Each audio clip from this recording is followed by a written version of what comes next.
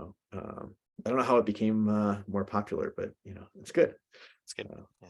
All right, let's start. I've got a whole plan here, Great. so maybe I'll start. We're in your idea Kuf Gimel Din Noten Tam Lifgam. And my plan is to go all in the Shulchan Aruch and the kind of, I don't want to call it the minor Nosei Kelim, but the shorter Nosei Kelim. Hi, Ilana. And so we'll start with Siman Aleph. I'll start reading, and then No. I thought she was telling me that I wasn't allowed to read. But Kol Davar, that sounds like a kid issue. Like, I know that from my own kid issues from time to time. Kol Davar Shetamo Pagum, Eno Oser Tarvoto, Ve'afilo Ein Tamo Pagum Machmat Atzmo, Shebifnei Atzmo Hu Mutam Hu Meshubach. Right, so this is the principle in Shulchan Aruch. Well, I mean, it goes back to the Gemara that if the tam is pagum, it doesn't make the tarovet that it falls into asur, and even if it itself on its own is tasty, but it ruins, the mixture of flavors doesn't work so well in the tarovet, then it's actually still mutar.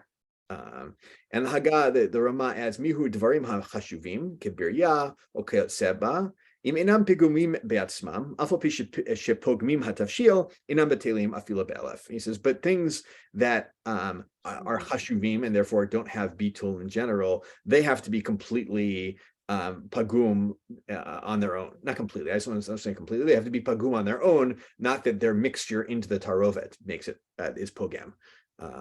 So, which is going to be a big.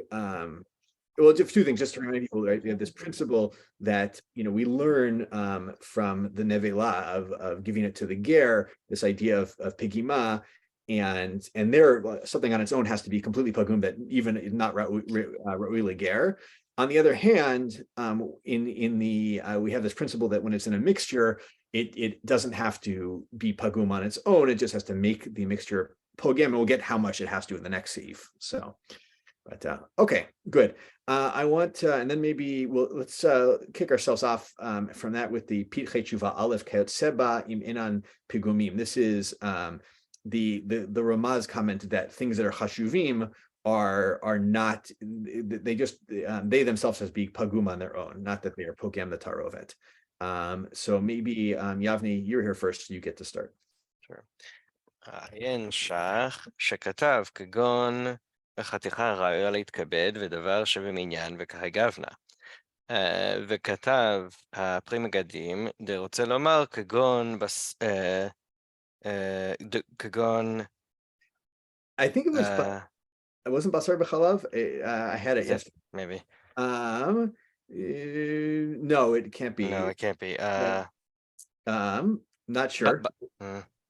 We'll think of it as we go, but so. Yeah, ודבר שיש לו מתירים עיין שם. ולעוניית דעתי, זה אינו. דבר שיש לו מתירים, אפילו פגום בעצמו לא בטיל. דהה אין הטעם משום חשיבות, ולא שייך לומר דהואיל הוא פגום בטיל חשיבותיה. וכך מפרש, yeah, or mefresh or something like that, yeah. Say it again? וכן מפרש בספר תפארת למשה בשם איסור והיתר. ועיין שם עוד שחלק, should I be stopping and translating? Translate just up to there, yeah. So, right, so so we're talking about the davar chashuv. If it is not, that we said that if it's not pagum itself, it just is a bad combination, then it's not going to be batel, right? Yeah. And so the Shach gives examples of the chaticha ראויה להתכבד and the דבר שבמניין, and the Pri Megadim says that it's things like the דבר שיש לו מתירים, but that doesn't seem to make sense, because the whole point is that if it's pagum a little bit, then it loses its chashivut for something like chaticha roya litkabed or bria, and therefore a devar sheyesh lo matirim, even if it's pagum a little bit, even if it's a little bit pagum, then it still shouldn't be. It should be even more machmir. It still shouldn't be. It still shouldn't be ever. It still shouldn't be batel. Exactly. I just want to put it another way, right? The Ramah doesn't list, of course, Devar Sheyesh Matirin in his list there, but Right. if it's about Chashivut, Devar Sheyesh Matirin wasn't about Chashivut, right? That was about another thing about there was debate between the Ran and Rashi, but there was another factor at play as to why it wasn't about Tel. It didn't fit into the paradigm of Chashivut. So he's disagreeing with the Pri Megadim here, saying that Devar Sheyesh Matirin fits in this category. So, okay, good. Keep going. ואין שם עוד שחלק על הרמה ופסק דבריה אף שנסרח אינה בטלה באלף, ובשאר דברים חשובים כחתיכה ראוי להתכבד וכדומה מודל הרמה, עיין שם. So furthermore, the Sefer Tiferet LeMoshe, is that who we're talking about? Yeah. Is also disagrees with the Rama that Bria should also lose its chashivut because it's a little bit spoiled, should still be considered Bria and therefore never batel, whereas but he agrees specifically for Chaticha Rawi Let Kabed. Good. We can stop there. He brings some other people who have the same thing, right? Potentially, right? Because Bria or Biria, however we're pronouncing it today, Bria is probably correct, but it itself might be pagum to begin with, right? An ant or I think that's I don't remember if I saw that here or I saw that somewhere else, right? That's their chashivut isn't about how they taste, right? Their chashivut is because they're a full creature, and that's a different type of chashivut than we're talking about here. Right. So good. Okay, good. That's Seif Aleph, and I think that's all I wanted to do on it. Seif Bet. Alana, you want to read? You're on mute though. I don't know if you know that. Yeah, I got it. Okay, thank you. Okay.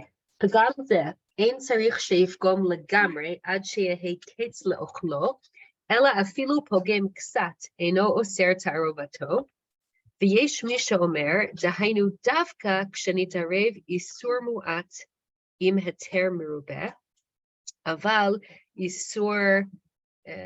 איסור מרובה לתוך היתר מועט, ואפילו מחצה על מחצה, אין אומרים נותן טעם לפגם מותר, עד שיפגום לגמרי שאינו ראוי למאכל אדם. Okay, so in order to be able to say noten tam lifgam, it can have even just a small pagam, and that would be enough. That would be enough to render a tarovet mutar. And I think we say all this is the Rashba. At least that's what I wrote down. Okay. The small pagam I think already starts earlier than Rashba, if I remember earlier. Correctly. Okay. Even in Rashi, I think Rashi said that, right? That was Pagma Porta, right? Okay, that was in Rashi, right? Okay, so the next part is the Rashba, right? The Rashba says, the Rashba is the one who introduces the idea of ratio of isur to heter. That if you have, a little bit of isur with a lot of heter, that's when a little bit of pgam is enough to render your tarovet mutar. But if you have a lot of isur in a little bit of heter, or if the equal part isur, equal part heter, then you need a more significant pgam. It has to be eino ra'ui lamachal adam. Exactly. And I think this was the idea. I think, right, is this the idea that it has to be that because the more Isur you have, you're also adding more volume, right, to your Tarovet, so you're getting more Hana. Is that what he's saying? That's the run. Or is that the next part? Oh, that's the run. Okay, that was the run. Oh, I got confused. Okay. I think, sorry, I'm just going to interrupt you for a second. Isaac, we're in the middle of Seif Bet in the Shulchan Aruch.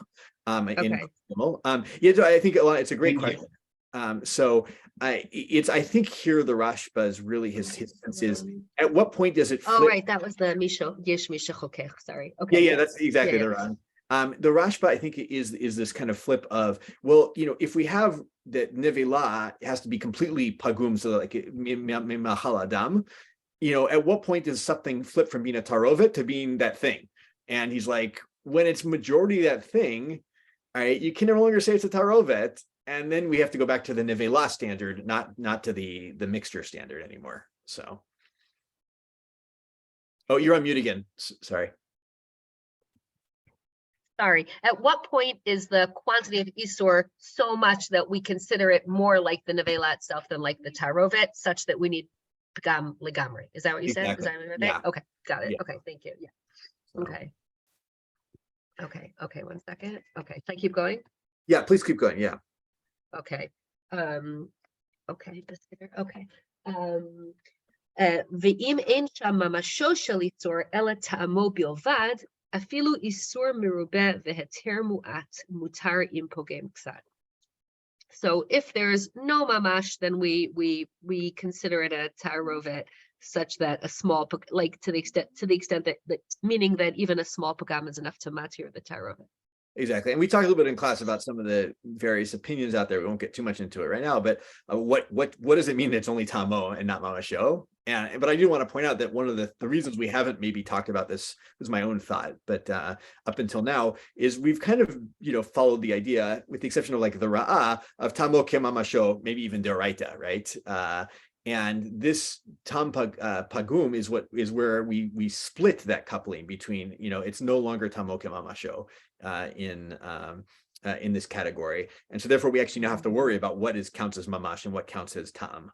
So, but I think, and someone gives the example, tam might just be, you got a little bit of water and you drop a huge piece of meat in it. There's more meat than water, but you pull the meat out, you throw it out, but the tam has escaped the meat now, and we assume, that might be more, at least the way we understand it halachically, more tam than there was water, but nonetheless, that's still considered to be if it's not that meat is pogam water, but let's pretend for a moment, that might be enough to be count as tam pagum still, and we're okay. So I just missed. I'm sorry. Can you say what you said about what was the Ra'az opinion? You remember there was a debate that we had early on about is tamo ke mamasho deraita or derabanan? Yes. Okay. Like tam kikar. Yeah. Exactly. Okay. Fine. And the Ra'ah was the one. There was a few others, but the Ra'ah in the Beta Kabayit on the Rashba was one of the major players who thinks that it's the Rabbanan. So. Okay. Got it. Okay. Good. I've given you a huge, but I'm going to make you keep going if that's okay, because you're doing so great. Yeah. No, I'm happy to go. Okay. I can't do it now. ויש מי שחוכך מקווה להחמיר ואוסר לומר שאם הגדיל האיסור מידתו של היתר עד שהוא משביח יותר כשאוכלו בגודל מידתו ממה שהוא פוגם בהפסד טעמו, אסור עד שיפסל מלאכול אדם. Okay, so this is what I thought we saw earlier, but no. This is the idea of this is okay, so this is the Ran, as we said before. This is the idea that if the Isur adds so much volume such that the benefit of the additional volume outweighs the pagam of the taste, then the extent to which it I don't know. Okay, fine, you understand. Then then it's asur. Whereas it needs to be that the taste is the worsening of the taste outweighs the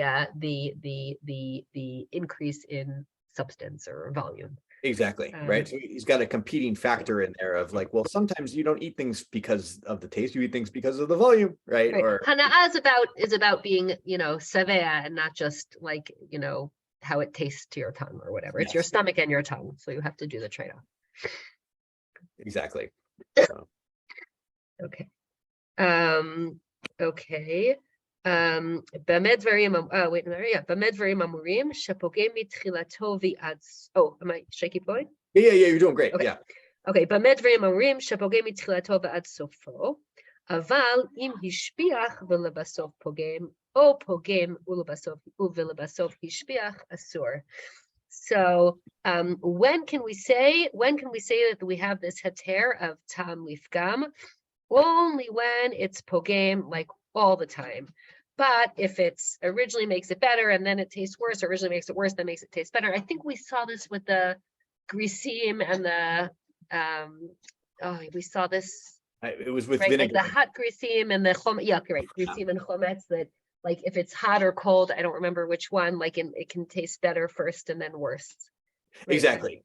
Yeah, you can imagine. I mean, I can never remember which one's which, but like if I pour vinegar into my, I don't know, grits or something like that, when they're cold, it's disgusting. But if I put it in the microwave, it's tasty all of a sudden or something like that. But although it probably is the other way, right? Because it can go the other way too, right? It starts out bad because it hasn't because it's hot, but once it cools down, it's going to be tasty to me or something like that. So. We're going to get into a few of the intricacies of this of like, well, wait a second, like what if all you have to do is add salt? Is that sofo le'ashbiach and so forth? So, okay, good. And good point right there. That whole end of the Machaber is really applying to the beginning of the Machaber, right? He kind of like, he stuck this whole piece in the middle about the Rashba and the Ran, but really, I don't know. I don't want to say such heretical things as if the Machaber had been a better writer, but if the Machaber had been a better writer, he would have stuck that at the beginning and then put the Rashba and the Ran's opinions in there. Like you mean after Sif Aleph, he would have put it, right? I think even he could have put it, yeah, you're right. It would have even been Sif Aleph would be in the best place. So I think, yeah. In fact, actually, if you look at the Ber Hatev, we won't look at it in Vav. He says, right, Vikai Aresha Siman, right? This is referring to the beginning of the Siman. Okay, great. But this, you see this in the Chaber every once in a while, where he'll kind of go off in the middle on a few different opinions and then kind of come back to the beginning, and you're like, well, what's he talking about? And you have to realize what he's talking about is referring back to what he said earlier. So, but, lot to say. My teacher, my friend, and Charuta Michael Rosenberg and I have lots of discussions about whether or not we think the Shulchan Aruch is a good writer. He thinks more highly of the Machaber's writing style than I do. So that's, but I think more highly of the Torah than he does. So who knows? That's all good. So, all right, let's do the Haggah. Isaac, you want to do the Haggah here?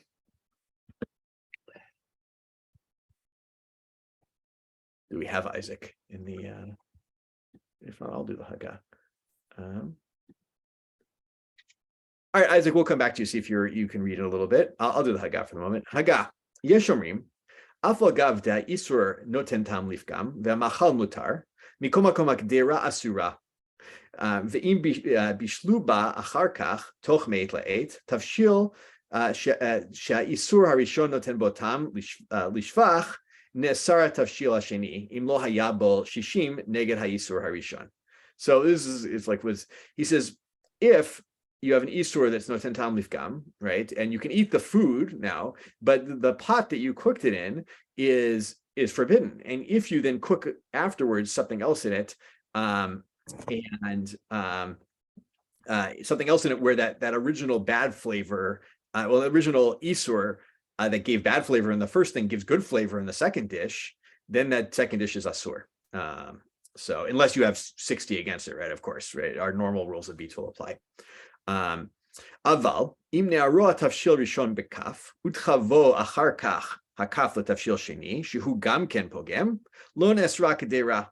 Right. This is the Ramah, and we'll do a little bit on how to read this Ramah here, but I'll take it maybe at its face value. The Taz is gonna not like this, but if I stir that first mixture that has the isur that's pogem in it with a spoon, and then I stick that spoon into a second mixture where it's also pogem, then the pot itself is no longer asur, maybe because of the number of stages of noten tam that we've gone through at this point, and therefore you wouldn't have to kasher the pot. V'chein b'davar she'ein lo tam klal kegon hayareh shematichim bo hadbash afal pi sheyesh sham regalei diborim lo nesra yareh v'chol chayat zeh bazeh. Right, and also for things that don't give any flavor, right? If they're right, so the legs of bees are flavorless.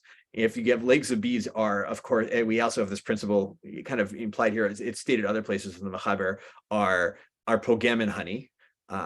So therefore they're not osir the honey, and therefore they're also not, and because they have no flavor, they're not osir the pot itself either. In this case, the cauldron itself that you're making the honey in.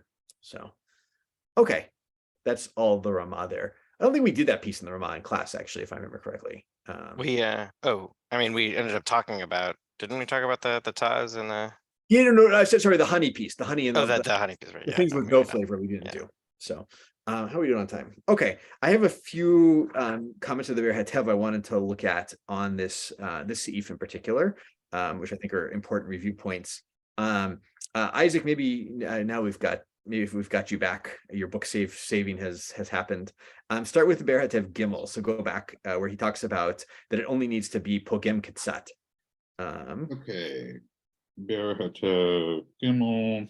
I'm going back a lot. Yeah. Wait, where am I? Ketzat.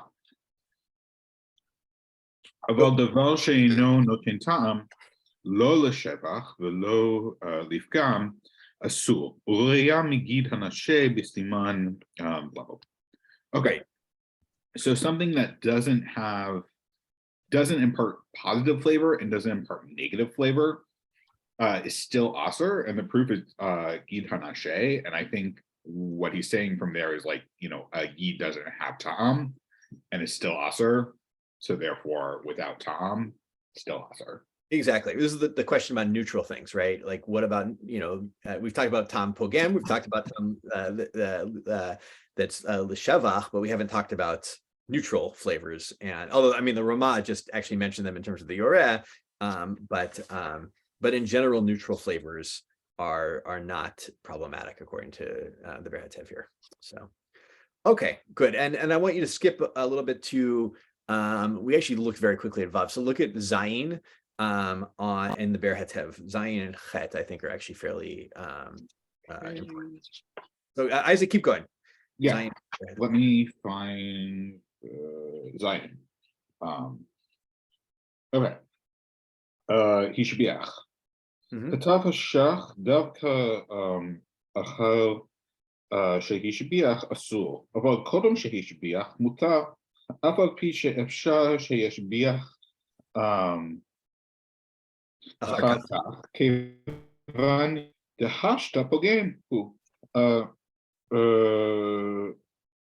וכן פירש האיסור והיתר. Okay, וכן פירש האיסור והיתר. Keep reading the parenthetical and then we'll summarize it. Okay. It's the Knesset Gedola and the Pri Chadash are the first two. Okay. Knesset Gedola ופרי חדש חלקו וכתבו אף קודם שישביח אסור, ואם הדבר ספק אם השביח או פוגם, הולכים להחמיר ומשארים ב60. מכל מקום נראה לי דמין במינו, בעיקר ודאי רוב הולכים בספק להקל. Okay. So this in the case in which it makes it taste better, the Shach wrote that after it begins to make it taste better, it's aser. But if before it made it taste better, it's mutar, right? This is the idea that like sometimes you add something and at first it tastes terrible, but then maybe it cools down or it sits for a while or whatever, and then it tastes better.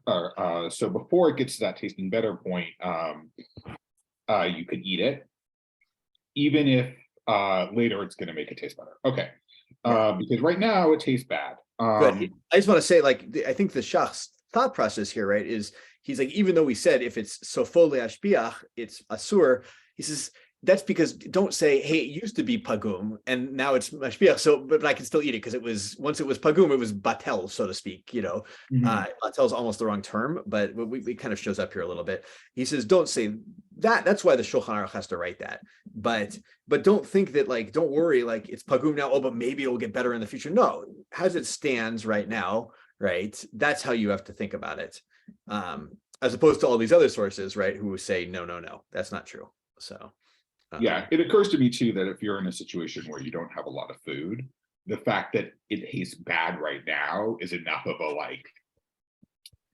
a disincentive to accidentally do these things because you have to eat it anyway, because otherwise you don't have dinner. I don't know. It's an idea. Yeah, I mean, also if you're going to eat it, it's never actually going to get good at that point. Right. Then it gets in your stomach. Well, maybe it cools down. No, It's Yeah. by that point, it's definitely pagum. Exactly. So I read, actually, I'm sorry, this is just parenthetical. I read a teshuva once by the Ben Ish Chai where someone asked that if you've eaten your kazayat of matzah, but then you've eaten half your kazayat and then you puke, do you have to eat your puke, or do you have to go eat a full kazayat of not your puke matzah? And it was the grossest thing ever, and like totally bizarre. Anyway, Yes. people have bad ideas. Okay, so the Knesset Gedolah and the Pri Chadash disagreed, and they said even before it improves the flavor, it's aser. And if there is a suffix of whether it's going to make it taste bad or good, you should be machmir and require 60 in order for it to be mutar, 60 of the heter. And it seems to me that in any instance, this is actually min b'mino, and you should do the whole like batel varov, and in the case of a safek, in order to be mekel. Yeah, in other words, if it's min b'mino and you don't know if it's mashpiach or not, then you should be mekel, because it's as long as there's rov, right? Yes. But it's really interesting. I was actually thinking about this, the Knesset Gedolah and Pri Chadash in kind of a like Ethan Tucker, Alicia and Chilovitz kind of way. I think that what's going on there, you can make a claim that they're essentially trying to limit Tam Pagum as ever really becoming a factor, because you can sit there and be like, well, everything's could be mashpiach at some point. If you're safek, if there's some way this could improve in the future, right? You've really limited that category. I don't know for sure that's what's going on, but there might be a possibility. If you're nervous about this idea, you can kind of erase this siman by saying, yeah, but if you think it might be, that it'll be yashpiach in the future, yashpiach is in the future, then don't touch it, kind of idea, even if it's a fake.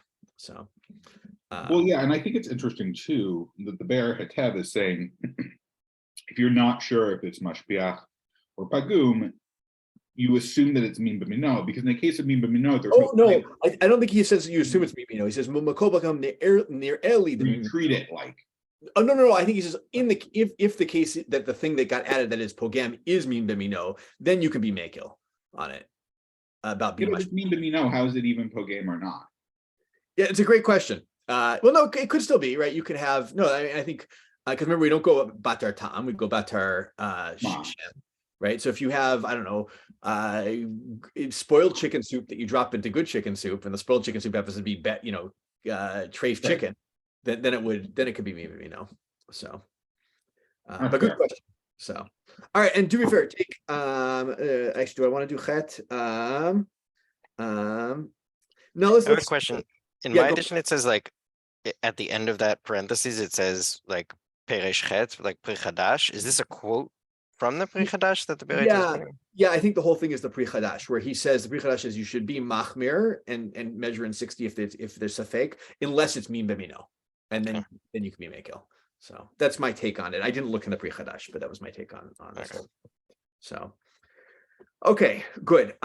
Let's see. How are we doing on time? Yeah, let's do it.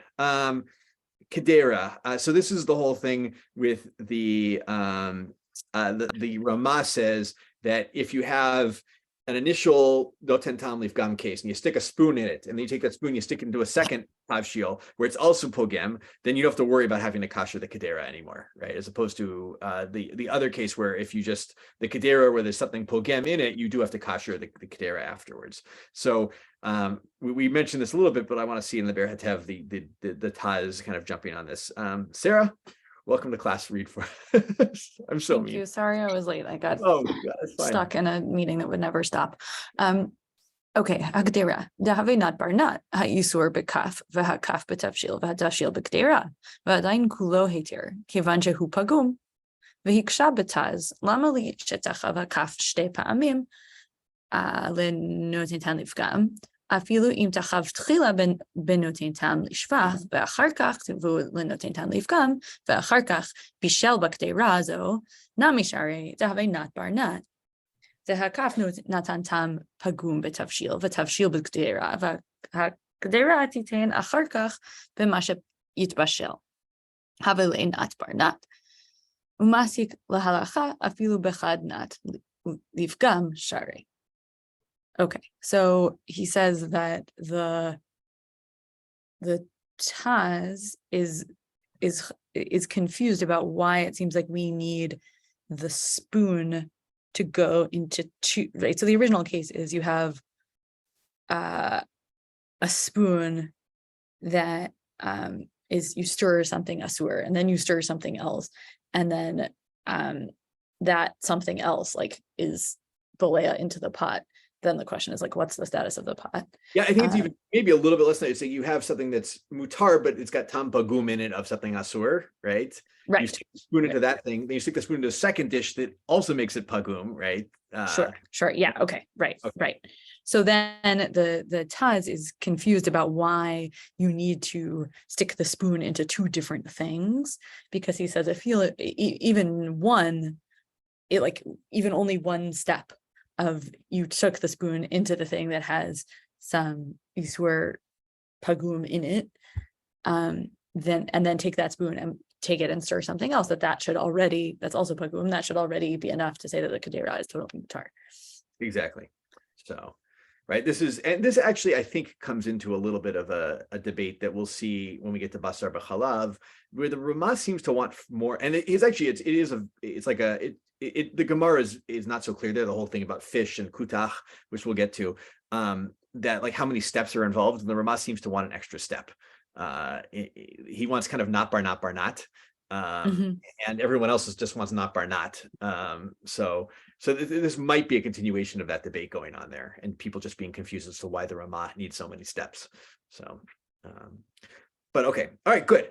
That is all I wanted to do on that Sif. I wanted to go to Sif Gimel. So I'm like now confused about who's reading. So I'll read Sif Gimel. Why not? If that's any question, but let me check in for any questions, any thoughts before we move on. Okay. Sif Gimel. Afilo ein koach be'isur levado lifgom, ela ede davar acher shemesayeo, kegon shenafal isur likdera, sheyesh ba melach, o tavlin, meduchim. All right. Ve'ilmale hamelach v'tavlin sheba lo haya koach be'isur lifgom, afilo hachi mutar. Right. So if I don't know, let's pretend that pork tastes disgusting in I know pork doesn't taste disgusting in my soup, but but with the spices I happen to also have added to the soup make the pork taste disgusting in the soup, whatever that. I actually have no good case of this in my head. But then you can't say, well, generally, in the card, the pork is good and therefore it's tam lishvach. No, that's still noten tam lifgam because of the spices and that I have mixed in here. And so that's fine. As something can help a third ingredient helping it become pagum is or being pogem rather, not being is perfectly fine. So okay, good. And I wanted to look at Berhetev Yud on this case. So Yavni, you want to take that for us? Sure. Lifgom katav hashach there. Yeah. והוא הדין איפכה, כשהוא פוגם מפני שאין שם מלח ותבלין, ואילו היה שם מלח ותבלין כראוי, לא היה פוגם. מותר, כיוון דהשת מהפוגם. That's where I want you to stop. So Okay, great. So the Shach says that the opposite is also true, i.e., if it's a lack of something that makes it pogem, but if there were that other thing like salt, then it wouldn't be pogem. It's still mutar, because right now it's pogem.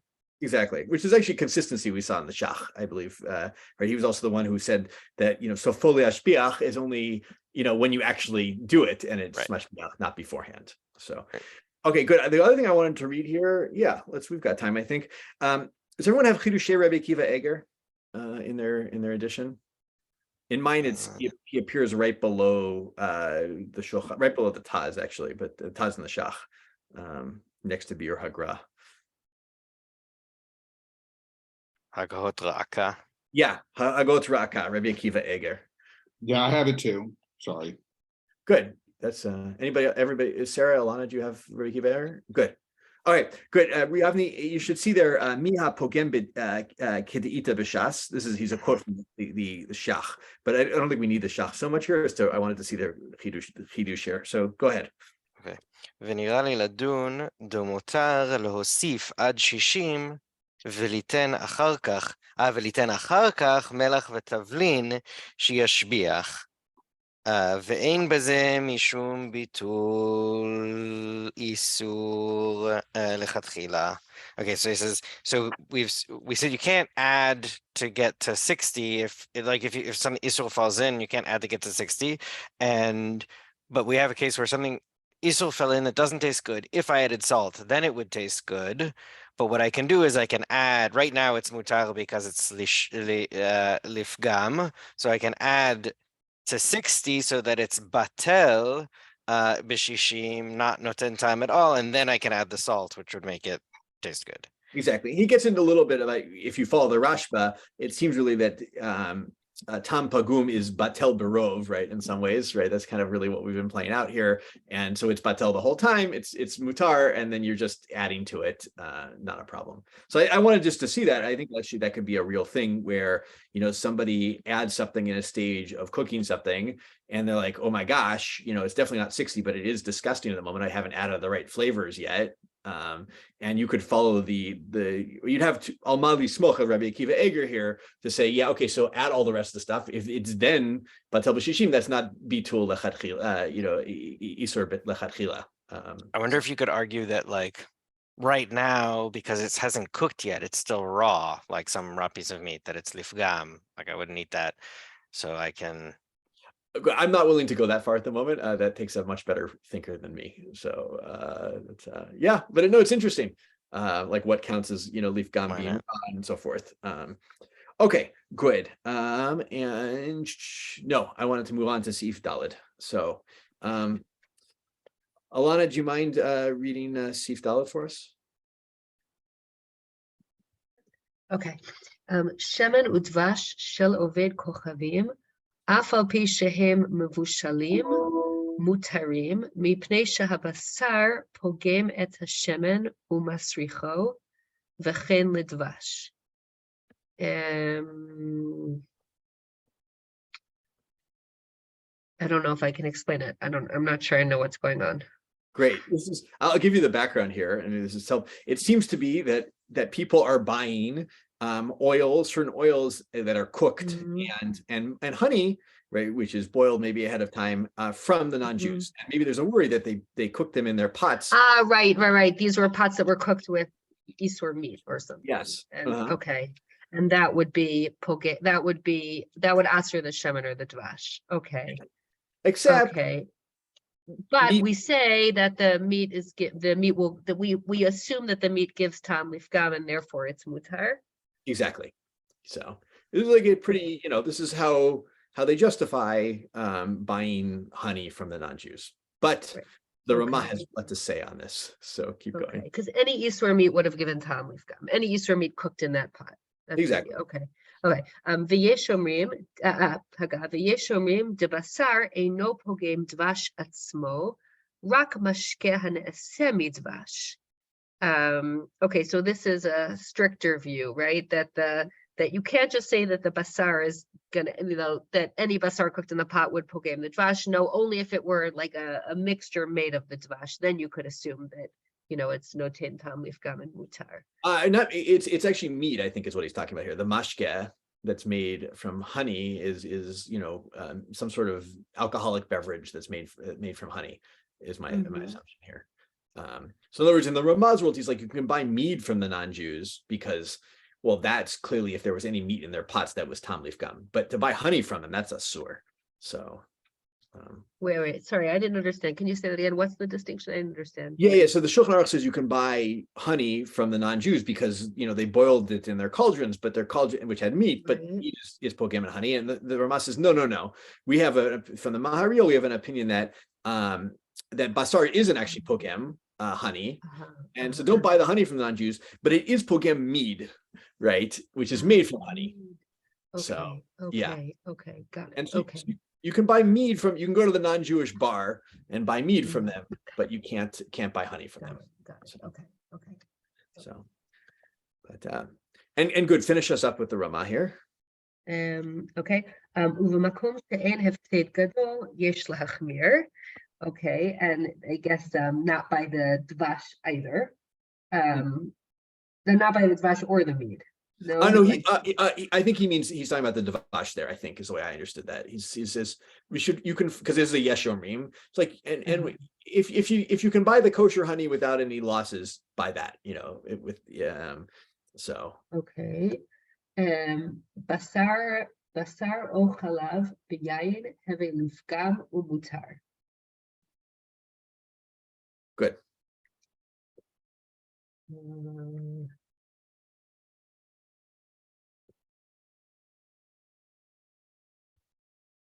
So we assume that any tam given by meat or milk into wine is automatically tam lifgam and therefore mutar. Yes. However, I will just say there's a huge debate as to how to read that word chet lamed bet here in the Rama. Some people think it's chalav, some people think it's chalev, some people think it's both chalav and chalev. So yeah, it's not so clear what he thinks is pogem in yain, but everyone agrees basar. Not everyone agrees about what that second substance is. Okay. So Where does that debate play out? what was that? Where does that debate play out? You can see it. I had actually some. Like if you look at Pichei Tshuva Vav, he I think brings all the sources on that. So yeah, it's okay. I had some things I wanted to do on this, but just in the interest of time, I think I want to move on to the next Sif, if that's okay. Maybe Sarah, you want to? Isaac is there too. Isaac, you want to read Sif? Hey. Sure. כל קדרה שאינה בת יומה, חשיב טעמה לפגם, ואינה אוסרת. ונקראת בת יומה כל זמן שלא שחטה מעת לעת, אחר שנתבשל בה האיסור, וכיוון שעבר עליך מעת לעת, אחר שנתבשל בה האיסור, אינה נקראת בת יומה.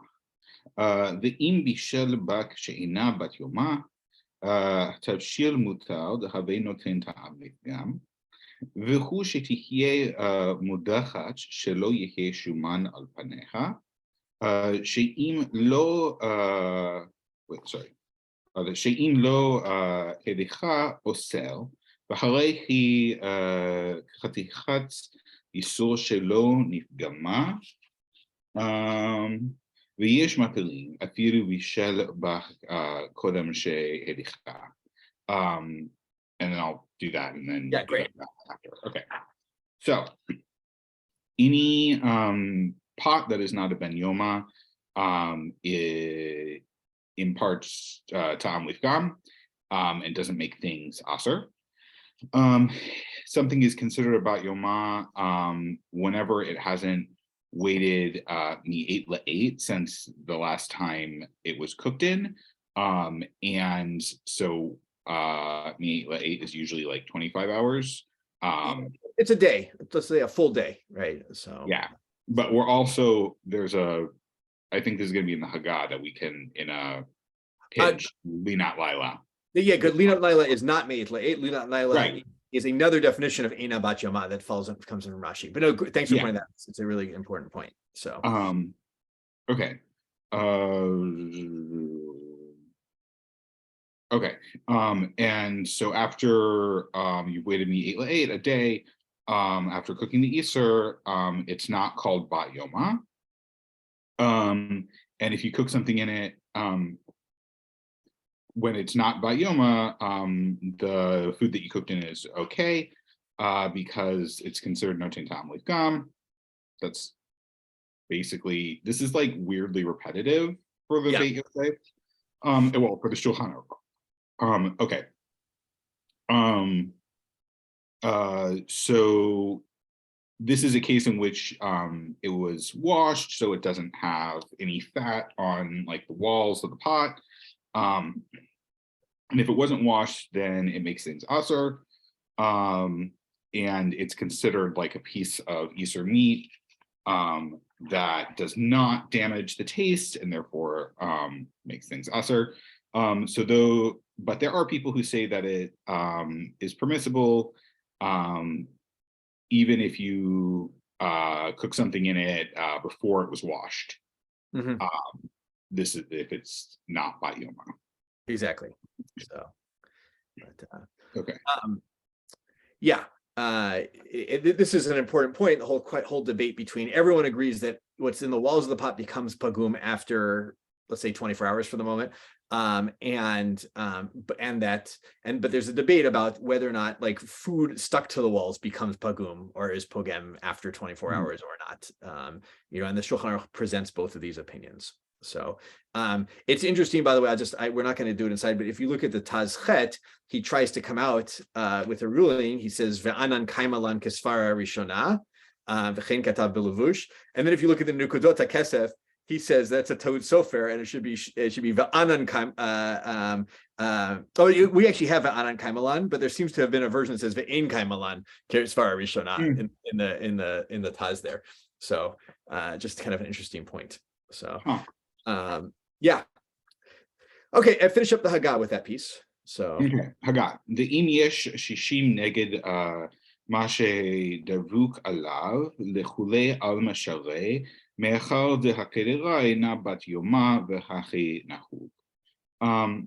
Okay, so if you have 60 verses, whatever is stuck on the walls of the pot, by all opinions, it's permissible so long as it's not a bat yoma pot, and this is our practice. Yeah. So I guess, well, is this 60 in the pot or 60 in the of the food? 60 of the food. 60 of the food. Okay. Yeah. So, but and then you would be okay. So, okay, good. I'm thinking, I'm running out short on time here. Maybe I was a little bit too. I'll just read Vav and then we'll read. Actually, you know what, Sarah? Sorry, I'm gonna make you read Vav, and then I'm gonna resign and see if we can get through it. So, go for it. Okay. Kol k'deira she'ena bat yoma chashivata. Vav. Sorry. Vav. Yep. Oh, sorry. Okay. יש מי שאומר שאם שמו פלפלים בקדירה של איסור אינה בת יומה, הכל אסור, דחורפי משווה לשבח. So if you have a pepper or something, and you put it in an eina bat yoma pot, then it's asur because that's spicy stuff is great. Hot sauce makes everything taste good. Exactly. This actually comes. Yavni's line from Shir is such a great line. Yeah, it is. This actually comes from an idea of thinking the Gemara about chiltit, right? That chiltit is mishavia. It doesn't say the shvach. It has a different thing that it restores the sweetness or something like that. I can't remember the term it uses anymore. What was that, Isaac? Oh, I'm sorry. I'm yelling at my cat. Oh, okay, no problem. So, all right, good. I'm gonna see. I have a meeting in like 3 minutes. So let's see if I can do a little bit here of Zayin, because this is actually a big issue. Kedera shehi blua mi basar v'chalav, shnit bashel ba biyachad o b'zeh achar zeh, v'kodem she'avar laila achat huchmu ba mayim chashiva bat yoma ad shetishem me'et le'et misha shuchmu ba hamayim. Right. So if you have a pot where I cooked basar b'chalav in, or I cooked one right after the other, and then before night passes, I cooked water in it, just water. It resets the clock, and it resets it to bat yoma from the time I cook the water, right? Until I wait, another full day from the time of cooking the water in it. And here's the Haggah, which gets important. He says, Aval, imavra laila mutar. But if you actually let it do linat laila after cooking the basar b'chalav, that is permissible. V'chein imavra laila bein bishul basar lechalav. He says also if I cooked basar in it and then I wait overnight and then I cook chalav in it, af lagav de'achar kach huchmu hamayim miyad, even though I immediately cook water in it afterwards, nabi dina hachi. It's also considered to have to not reset the clock. V'hu adin b'chol isurim lefi mai dekaimelan b'chol isurim chaticha nase nevela. And he says, the reason the Shulchan Aruch only brought up Basar Chalav because he thinks this is only a rule because of Hanan, and we hold Hanan in everything. So this is supposed to be the rule. If I cooked pork in my pot and then I didn't wait overnight and I cooked water in it, it resets the clock again, and it's not it has to wait for those 24 hours that you're supposed to wait lechatchila. And then he says he says, "V'makom have said yesh le'atir b'chai gavne b'shar yisarim b'chol inyan rak sheyeh me'et le'et mizman bishul ha'isur." He says, but if it's but we can be makil about having, let's say, if I cooked pork in it and then I cooked water, you know, within the intermediate period, I actually only have to, if there's a hefsed, then I couldn't go ahead and just wait the 24 hours from cooking the pork, not 24 hours from cooking the water. Because even though we hold Bishari Surim, Hanan, that we don't hold it maybe in hefsed cases. So there's a whole debate, which I don't have time to get into, unfortunately, right now. So I'm just going to leave everybody to it of, what was I going to say about whether or not Hanan is even the applicable principle here and why Hanan is important. So maybe just I'll let people on their own. What did I write down?